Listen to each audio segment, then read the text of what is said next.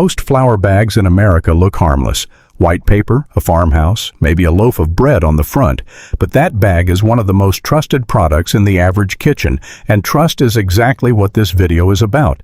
Because when shoppers reach for flour, most of them are not thinking about bleaching agents, enrichment formulas, bromated product lines, or whether the company behind the bag publishes any serious testing at all. They are thinking about pancakes, birthday cakes, biscuits, and the idea that flour is just ground wheat. A lot of the time, it is not that simple. This ranking is not saying every flour on this list is illegal, and it is not claiming that one scoop will destroy anyone's health overnight. Most of these products are sold legally in the United States. FDA rules allow several flour treatments, and EPA rules allow pesticide residues below set tolerances. That is the official standard. But this list uses a different standard. It asks a much narrower question. If someone wants flour with fewer post-mill chemicals, less label fog, less dependence on bleaching and enrichment, and more transparency about what they are actually buying, which bags start looking weak? That is where the image starts to crack.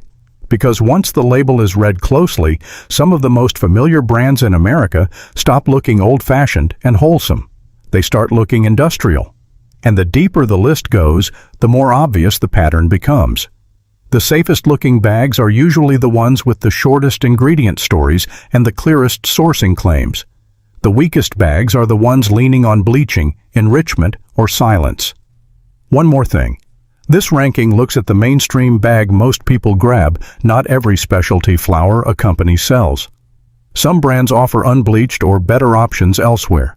That does not change what sits in the center of the aisle, where millions of shoppers make fast decisions and assume the most common bag is the safest default for most American families. Number 10 is Gold Medal All-Purpose Flour. This is where the list starts because Gold Medal is famous, widely trusted, and still a lot cleaner than what comes later. But the common mainstream bag is still usually sold as bleached, enriched, and pre-sifted. That means the flour is not simply milled and packed. It has been processed further to create the color and consistency most shoppers recognize. For many bakers, that is normal. For ingredient-conscious shoppers, it is the first red flag. Bleached flour is not automatically the worst flour in the aisle, but it is still a sign that appearance and speed mattered more than keeping the product as close to the grain as possible. There is another reason Gold Medal lands here. The brand name is familiar enough that people stop asking questions. They assume a century-old label means a cleaner bag, but brand age is not ingredient transparency. And if the goal is a one-ingredient pantry staple, a bag marketed around convenience while still relying on bleaching and enrichment is already losing points. Number 9 is Pillsbury Best All-Purpose Flour. Pillsbury gets the same trust advantage as Gold Medal. The packaging feels domestic, established, almost nostalgic. That is exactly why it works. It sells familiarity before the shopper even turns the bag around. But once they do, the same pattern shows up again. The standard bag is positioned as bleached and enriched. So once again, the flour is not just flour. It is flour shaped by a system that assumes the shopper will accept extra treatment as normal. That matters because flour is one of those products people rarely audit. They will read every line on a protein powder tub, but not the flour sitting in the pantry for 6 months. Pillsbury benefits from that blind spot. The company is not alone in it, but it is a clear example of how a trusted household name can coast on reputation while the product itself stays squarely in the ultra-conventional lane. Number 8 is White Lily All-Purpose Flour. This one may upset Southern bakers because White Lily has an almost sacred reputation in some kitchens. It is praised for soft biscuits and tender cakes, and that part is real. But performance is not the same thing as clean sourcing. The standard all-purpose version is widely sold as enriched and bleached, and the brand leans heavily on texture and tradition rather than radical transparency. White Lily is made for results, especially in soft wheat baking. But if the question is whether the bag represents the most minimal, least processed version of flour, the answer is no. This is where the emotional split begins. A flour can make excellent biscuits and still be a weak choice for people trying to avoid bleaching agents or heavily standardized conventional grain systems. Those are two different conversations. White Lily dominates one of them. It does not win the other. Number 7 is Martha White All-Purpose Flour. Martha White sells the same kind of comfort as White Lily, but with even less mystique. It is pantry flour, cheap, familiar, serviceable, and easy to overlook. That is exactly why it belongs here. Because products that feel too ordinary to question are often the ones people question the least. The common Martha White all-purpose bag is marketed as enriched and bleached. Again, legal. Again, common.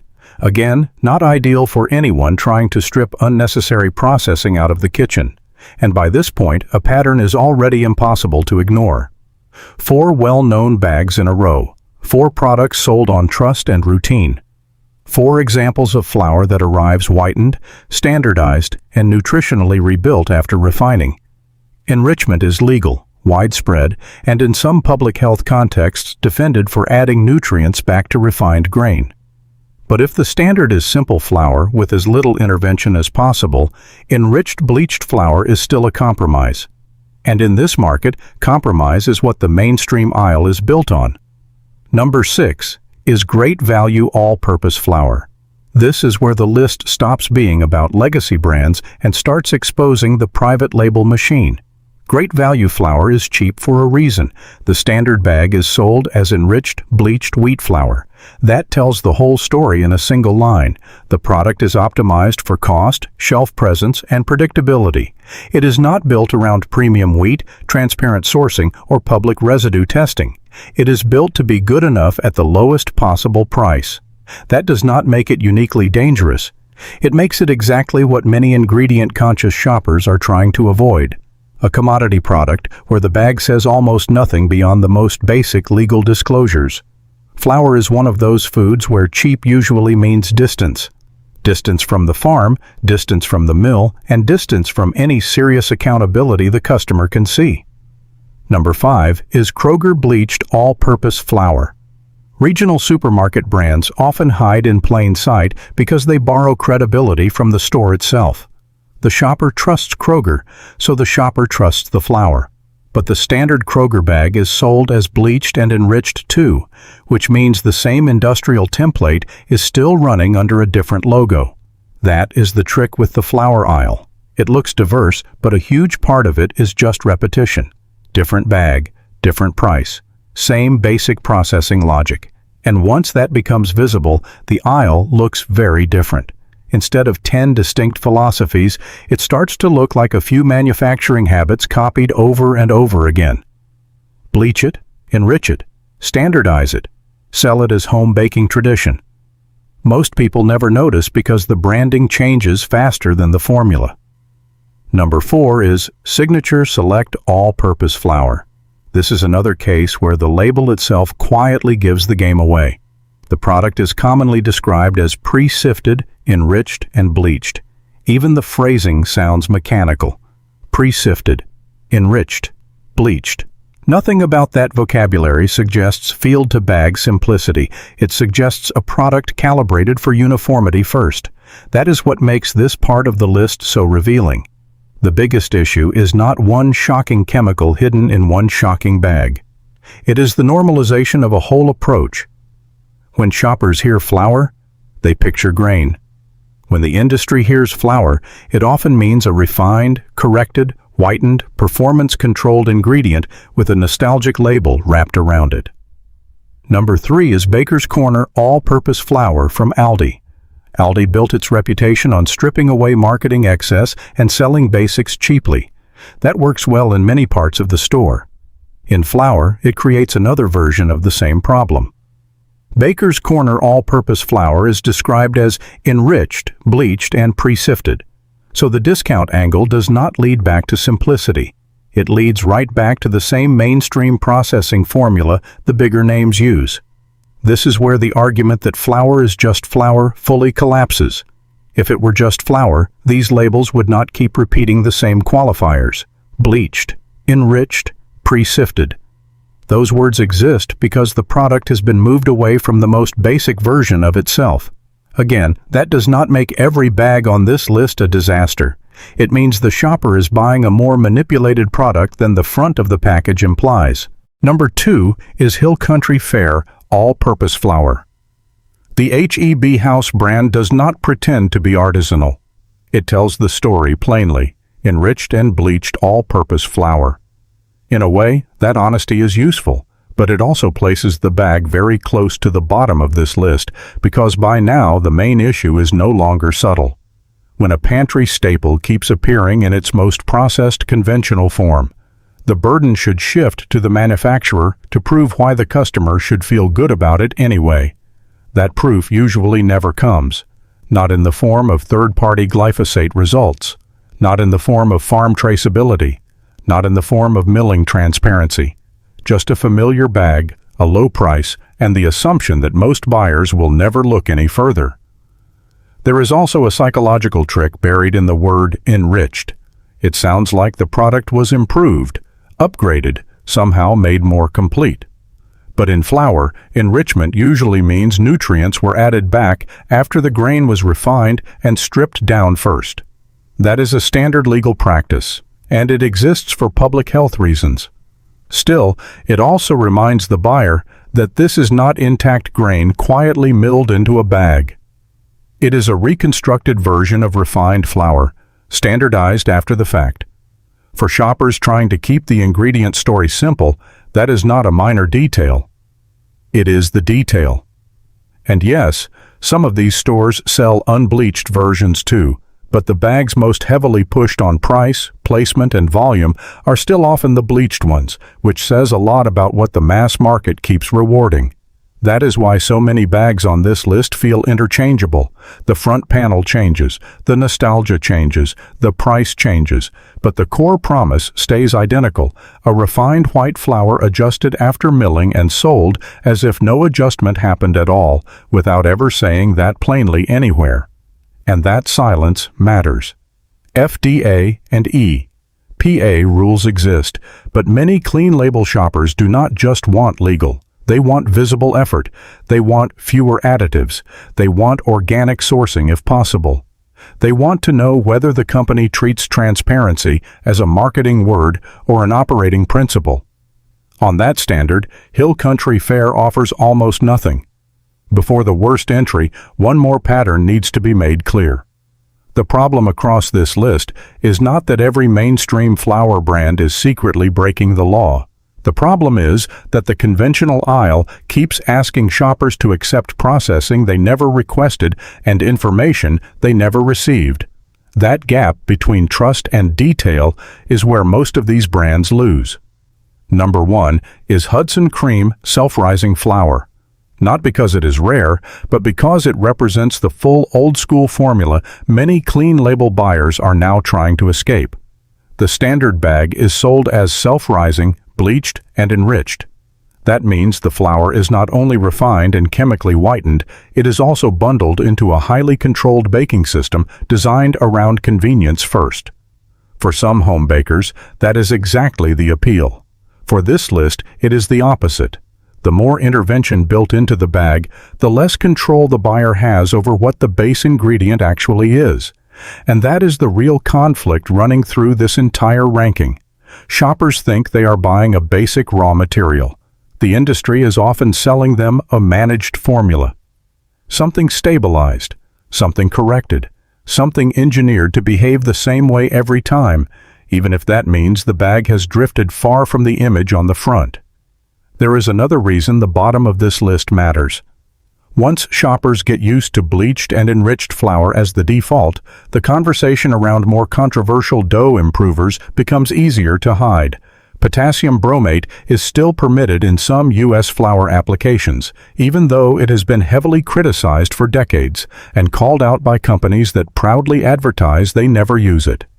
King Arthur's technical reference describes bromate as a flour improver linked to tumors in laboratory animals and notes that California treated it as a carcinogen under Proposition 65, while many bakers moved away from it long ago. That does not mean every retail bag on this list contains bromate. It means conventional flour culture has spent a very long time asking consumers to trust processing they never see. So if these are the 10 to think twice about, which brands actually look safer on paper? The first is Jovial, This is one of the rare flour brands that does not just say organic and stop there. Jovial says its einkorn flour is not bleached or bromated, USDA organic, non-GMO, project verified, and certified glyphosate residue-free.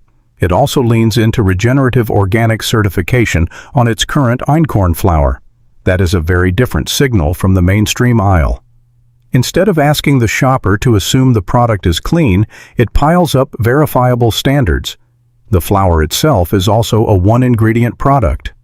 No enrichment blend, no whitening language, no vague nostalgia doing all the work. Jovial also wins points because its claims are unusually specific. The company does not just say ancient grain and leave it there, it names the product as organic einkorn flour, states that the ingredient list is simply organic einkorn flour, and places multiple certifications in plain sight. That matters because clean label shopping gets much easier when a brand does the explaining up front instead of forcing the buyer to investigate in the aisle. The second is 1 Degree. 1 Degree's biggest strength is not only that it is organic. It is that the company built its identity around traceability. It says shoppers can scan the package and trace ingredients back to farmers.